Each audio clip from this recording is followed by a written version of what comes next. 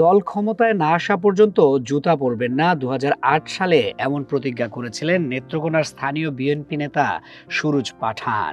দীর্ঘ ১৭ বছর খালি পায়ে থাকার পর ত্রয়োদশ জাতীয় সংসদ নির্বাচনে দল ক্ষমতায় এলে অবশেষে পূরণ হলো তার সেই অঙ্গীকার।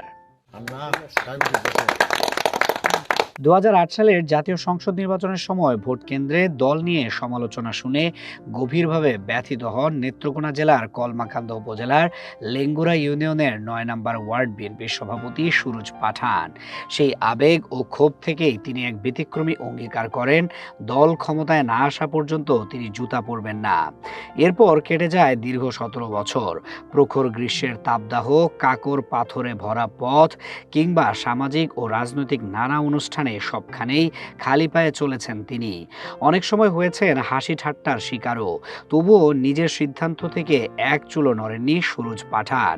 অবশেষে ত্রয়োদশ জাতীয় সংসদ নির্বাচনে দল ক্ষমতায় এলে পূর্ণতা পায় তার সেই দীর্ঘদিনের প্রতিজ্ঞা।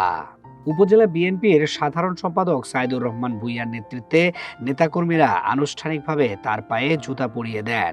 সুরুজ পাঠান বলেন, আমি দলের অপমান সহ্য করতে পারিনি, তাই শপথ করেছিলাম দল ক্ষমতায় না আসা পর্যন্ত জুতো পরব না। আজ আমার সেই প্রতিজ্ঞা পূরণ হয়েছে। আমি খুবই আনন্দিত ও কৃতজ্ঞ। সালের নির্বাচনে আমি গেছিলাম ভোট দিবার।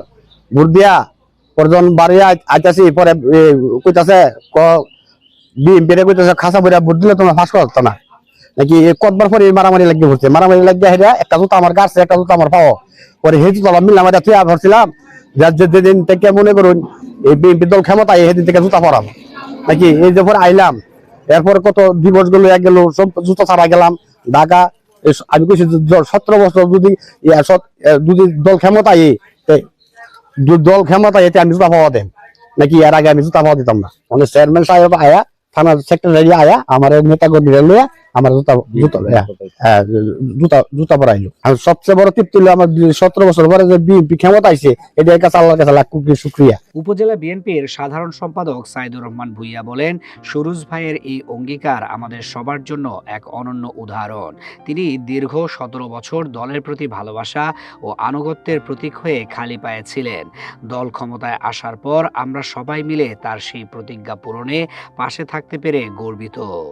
২০০৮ সালে জাতীয় নির্বাচনে আমাদের এই গরিপুর কেন্দ্রে আমাদের ৯ নং ওয়ার্ডের সভাপতি সুরজ আলী ভাই ভোট দিতে যায়। ভোট দেওয়ার সময় আসলে হট্টগোল হয়, মারামারি হয়, প্রশাসনরা দৌড়ায় নিয়ে যায়। তখন জুতা ফেলে রেখে দৌড়ে জীবন বাঁচায়।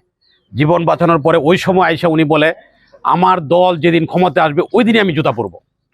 এর পরবর্তীতে আমি উপজেলা বিএনপির সাধারণ সম্পাদক এবং আমি এই ইউনিয়নের ২ বারের চেয়ারম্যান। আমার পরিষদে প্রায় প্রতিদিনই যায়, সপ্তাহে ২-১ বার যায়। আমি জিজ্ঞেস করি, সুরজ ভাই জুতা পরেন, এত শীত, এই শীতের মধ্যে জুতা পরেন না কেন?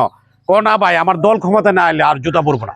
স্থানীয় বাসিন্দারা বলেন, সত্যি ১৭ বছর খালি পায়ে চলেছেন সুরুজ পাঠান। অনেকে হাসি ঠাট্টা করলেও তিনি নিজের কথা রেখেছেন। এমন দৃঢ়তা খুব কম মানুষের মধ্যেই দেখা যায়। আসলে সুরুজ পাঠান দীর্ঘ ১৭ বছর যাবৎ সে জুতা পরিধান করে নাই। সে বলছিল যে বিএনপি ক্ষমতায় আসলে আমি জুতা পরিধান করব। আমরা ওনাকে গতকালকে জুতা পরিধান করিয়েছি। ব্যারিস্টার কায়সার কামাল ভাই মন্ত্রী হওয়ার আগ পর্যন্ত উনি জুতা পরে নাই, তো গতকালকে উনি মন্ত্রী হয়েছে, তারপর উনি ওনাকে আজকে ইউনিয়নের লোক, থানা কমিটির লোক সকলে মিলে ওনাকে জুতা পরাইছে। দলীয় অঙ্গীকারে অটল থেকে ১৭ বছরের খালি পায়ের যাত্রার অবসান ঘটালেন সুরুজ পাঠান। প্রতিজ্ঞা রক্ষা করে তিনি হয়ে উঠলেন এলাকায় আলোচনার কেন্দ্রবিন্দু।